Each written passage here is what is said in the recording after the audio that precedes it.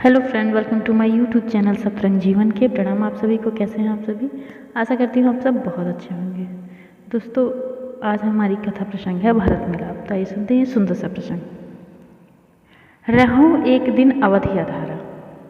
लकड़ियाँ इकट्ठे करते हुए भरत इस चिंता में घुले जा रहे थे कि एक दिन बचा है, भैया आए नहीं अभी तक, कोई सनेसा भी नहीं आया है। शायद उन्होंने मुझे छली कपटी समझ लिया है, इसीलिए ऐसा हुआ है।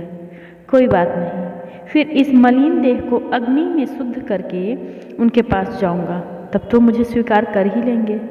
एक ब्राह्मण दुर्बल शरीर भरत को जटाओं का मुकुट बनाए राम राम रघुपति जपते और कमल के समान नेत्रों से जल बहाते भरत को लगातार देखे जा रहे थे। भरत का ध्यान उस ब्राह्मण पर गया। यह ब्राह्मण कौन हो सकता है? ऐसा लग रहा है इसे मैंने पहले भी कहीं भी देखा है। इतना बलिष्ठ और तेजवान कि साधारण भिक्षुक नहीं हो सकता। मेरे मन में जाने क्यों इसके प्रति प्रीति बढ़ रही है। जाने क्यों लग रहा है कि मेरे राम मेरे सन्निकट ही हैं। भरत कुछ पूछते उससे पहले ही ब्राह्मण ने पूछा, आप इतने दुखी क्यों दिखाई दे रहे हैं भाई?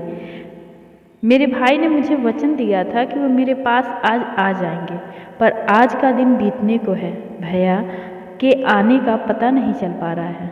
यह लकड़ियाँ क्यों इकट्ठा कर रहे हो तात?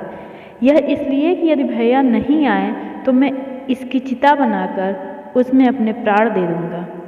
प्राण छूटने का दुख है? तृणमात्र भी नहीं ब्राह्मण देव। दुख इस बात का हो रहा है कि इस जन्म में शायद मेरे भाई मेरे प्रभु राम से भेंट नहीं हो पाएगी। ब्राह्मण के हृदय में भरत के मन में भाई के प्रति अगाध प्रेम देखकर आह्लाद होने लगा। उन्होंने फिर पूछा, किंतु इस अयोध्या का क्या होगा? आप तो धर्म के साक्षात स्वरूप हैं राजन। आपके न रहने से धरती धर्म विहीन हो जाएगी। अयोध्या के राजा वे हैं, भरत ने खड़ाऊ की तरफ इशारा करते हुए कहा, और धर्म के विग्रह तो भैया राम ही हैं। उनके बिना भरत बिना प्राण के शरीर है। पर हे ब्राह्मण, तुम कौन हो? मुझे तुमसे बात करके जाने क्यों ऐसा लग रहा है कि तुम जानते हो मेरे भैया कहाँ पर हैं। ब्राह्मण मुस्कुराया और मधुर वचन में बोले, जिन भाई के विक्षोभ में आपके नेत्रों से दिन रात अश्रु बहते रहते हैं और जिनके गुण समूहों की पंक्तियों को आप निरंतर रटते रहते हैं, वे ही रघुकुल के तिलक, सज्जनों को सुख देने वाले और देवताओं तथा मुनियों के रक्षक श्री राम जी लंका पर विजय करके अपने अनुज और माता जानकी के साथ सकुशल आ रहे हैं। मैं उन्हीं रघुवीर का किंकर हनुमान हूँ। यह कहकर हनुमान अपने वास्तविक स्वरूप में आ गए।